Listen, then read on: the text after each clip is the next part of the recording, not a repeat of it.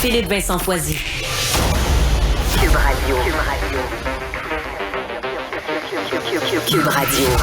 En direct à LCN. Salut Jean-François. Écoute, j'ai des chiffres intéressants pour toi. Tu sais que le gouvernement Trudeau a été élu en 2015, OK? Novembre 2015. Ouais. Cette année-là, en 2015, le gouvernement dépensait chaque année 280 milliards de dollars, le gouvernement fédéral. 280 milliards de dollars. En 2023-2024, les dépenses seront de 497 milliards de dollars. Et selon le budget, en 2027 et 2028, ça va être de 555 milliards de dollars. Et attends, c'est pas tout. Depuis que le gouvernement Trudeau a pris le pouvoir en 2015, ils ont embauché 80 000 fonctionnaires de plus. La machine a grossi, a grossi. On ne peut pas imposer davantage les gens. On ne peut pas les taxer davantage. Je ne sais pas comment on va arriver. Ça n'a pas d'allure, mais écoute, là, c'est le gouvernement qui a le plus dépensé dans l'histoire du Canada. On comprend qu'il y a eu la pandémie pendant un bout de temps, mais c'est fini. Là, le budget des prochaines années, il n'y a pas la pandémie. Mais bref, c'est assez inquiétant. Grosse machine, Richard, mais au moins, on en a pour notre argent. Prends l'exemple des passeports. Non, c'est un mauvais exemple. Hey Richard, tout à fait. Les victimes du tabac, moi je pensais que c'était réglé depuis longtemps avec les cigarettiers qui ont été condamnés à verser des milliards de dollars. Ils attendent toujours leur argent. Ils attendent encore. D'ailleurs, je me demande, je t'imagine mal, toi, une cigarette à la main. As-tu déjà fumé? Non, jamais. Ah, mais ça me surprend pas. T'es parfait. Oui, j'ai déjà fumé. Oui? J'ai déjà fumé. Écoute, mais sauf que je me disais pas, j'étais pas fumeur, moi, parce que j'achetais pas des cigarettes, j'ai bommé aux autres. Mais j'étais tout le temps en train de bommer des cigarettes puis demander des cigarettes. Mais j'étais pas fumeur, ben non.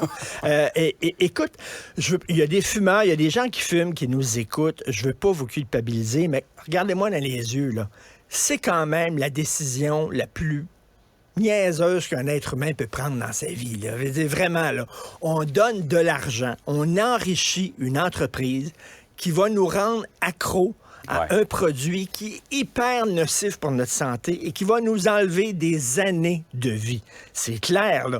C'est pas une supposition. On veut dire, il y a un lien direct entre le cigarette. D'ailleurs, parenthèse, à un moment donné, j'étais sur une terrasse, puis il y avait un jeune écolo qui parlait à sa blonde, puis il fumait, puis il disait, c'est épouvantable, la pollution, puis tout ça. Puis j'avais le goût de dire, qu'est-ce que tu penses qui est pire pour ta santé? L'usine qui jette de la fumée dans le ciel ou toi qui injectes littéralement de la fumée et des produits empoisonnés dans tes poumons? Il me semble que c'est pire. Mais en tout cas, bref. Alors là, on s'est poursuivi des cigarettiers.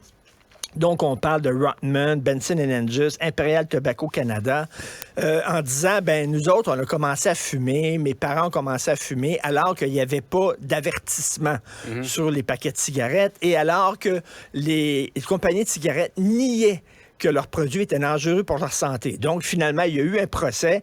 Ils ont été, justement, tenus coupables. Ils devaient payer 15 milliards de dollars à 100 000 Québécois. Ça fait 10 fois qu'ils reportent leur paiement. Tu sais, c'est des grosses compagnies. Ils peuvent se payer des avocats. Ils peuvent niaiser longtemps. Et là, les gens disent, ça fait des années qu'on attend. Je veux dire, vous avez été déclaré coupable. Pouvez-vous, s'il vous plaît, payer puis qu'on en finisse? Mais ils veulent rien savoir. En bon citoyen corporatif. Il y a un jugement contre vous, vous payez. Incroyable. Fait que déjà, c'est pas assez de s'enrichir en vraiment bousillant la santé des gens, mais en plus, lorsqu'ils sont déclarés coupables, ils veulent pas payer, puis ils niaisent avec le système de justice. C'est vraiment, là, c'est loin d'être des compagnies fantastiques, là, tu sais. Est-ce qu'on veut vraiment enrichir ces entreprises-là? On peut se poser la question, mais vraiment, j'ai arrêté de fumer, moi, il y a quelques années de ça. J'en suis très heureux.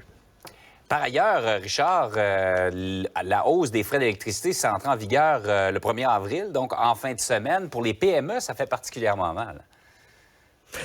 On va augmenter donc les frais d'électricité de 6,5 % pour les PME. Et écoute, c'est pas parce qu'Hydro-Québec a vraiment besoin d'argent. Michel Gérard l'écrivait la semaine dernière. Au cours des 2 dernières années, Hydro-Québec, ils ont doublé leur profit.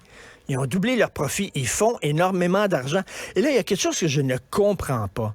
C'est que, bon, on a un gouvernement qui se dit nationaliste, hein, le panier bleu, puis il faut aider le Québec et tout ça. L'économie du Québec, c'est des PME. C'est ça qui fait fonctionner l'économie du Québec. Ils ont eu de la problème avec la pandémie. Ils ont des problèmes avec la pénurie d'emplois. Ça a été extrêmement difficile et c'est encore très difficile pour eux. Pendant ce temps-là, on donne des millions de dollars d'aide à des entreprises multinationales qui n'en ont pas vraiment besoin. Pour eux autres, là, c'est vraiment de la monnaie dans leur poche. Là.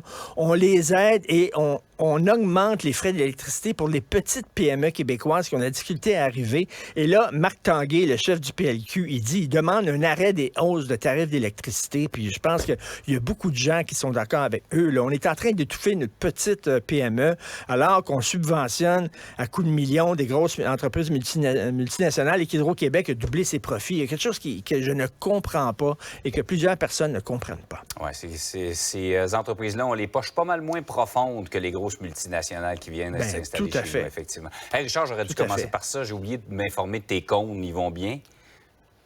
Ils vont très bien. Écoute, mais sauf que tu as vu, là, les cônes oranges, on va les remplacer par des petits cônes. Oui. Tu as vu ça? Oui. On fait travailler les enfants. On fait travailler les enfants en cône. De voir. Ça n'a pas d'allure. Merci, Richard. Bonne journée.